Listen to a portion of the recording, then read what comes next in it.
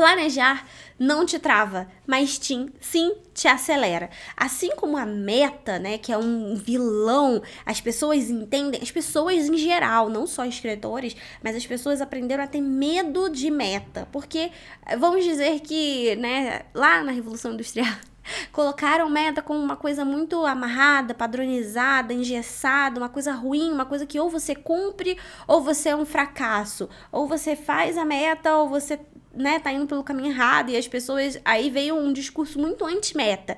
Não temos que ter meta, vá no flow e tal, tudo que eu já falei um pouquinho, mas antes vou evitar ser repetitiva. Só que, e com isso veio o planejamento também. Planejar pra quê? Isso me engessa. Escrita é arte, eu não preciso planejar nada. O que vier na cabeça eu coloco e é isso que vai deixar a minha obra XPTO maravilhosa e etc.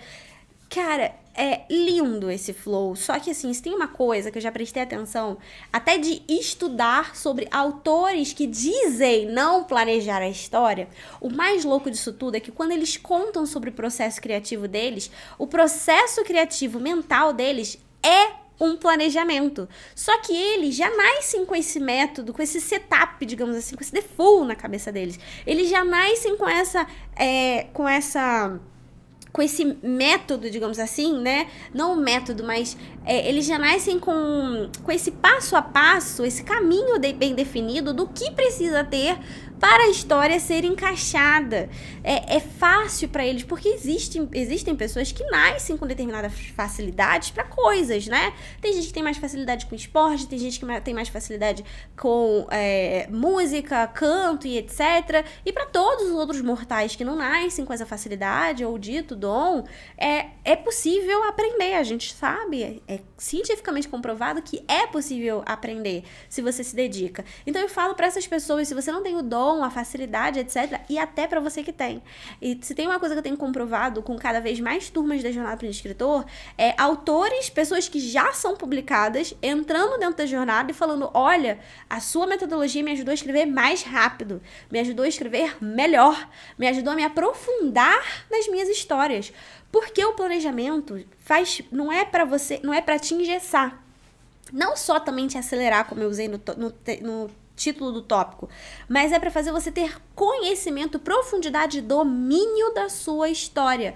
Você consegue entender todos os elementos, todas as pecinhas que você encaixa lá dentro e consegue ter o poder de melhorar separadamente cada um daqueles elementos, dá mais profundidade para aquela história. E voltando a como eu estava iniciando essa narrativa desse tópico, é que existem autores que falam que eu não planejo, deixo a vida me levar. Só que não é tão verdade.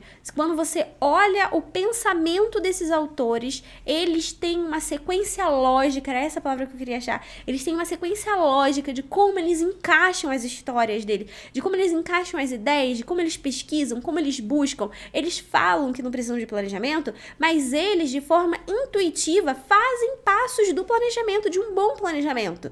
Mas dizem que não fazem, porque acham que só porque eles não estão colocando no Excel da vida, né, ou num Kanban, que é uma metodologia que eu utilizo dentro da Jornada para Escritor, só porque eles não estão dando nomes, né, ou colocando em documentos, eles não estão planejando, mas não é isso. E eu vou contar que era o que acontecia comigo, tá? Para desenhar toda essa metodologia da jornada, eu precisei pegar o meu raciocínio lógico de criar histórias, que funcionou para mim, e transformar ele num passo a passo. Porque na minha cabeça era muito óbvio como que se construiu uma história. E eu não tô dizendo que eu sou uma expert ou nada do tipo, não. Mas eu realmente sou uma dessas pessoas que tem mais facilidade para entender e criar histórias. E pra mim era muito fácil. Eu tinha, sim, alguns problemas com relação à disciplina, e que justamente o planejamento me ajudou muito nisso, mas pra criar, ter ideias, era fácil. Organizá-las, que foi um processo que eu tive que aprender. Ainda assim, esse processo estava na minha cabeça. Quando eu aprendi, quando eu fui estudar outras histórias, estudar esses outros escritores, como que funcionava a mente deles, como que eles faziam essa sequência lógica. Eu testei, depois eu vi que eu poderia mudar a sequência de algumas coisas para que a história fosse mais encaixada, para que eu tivesse mais domínio, para que eu pudesse escrever melhor.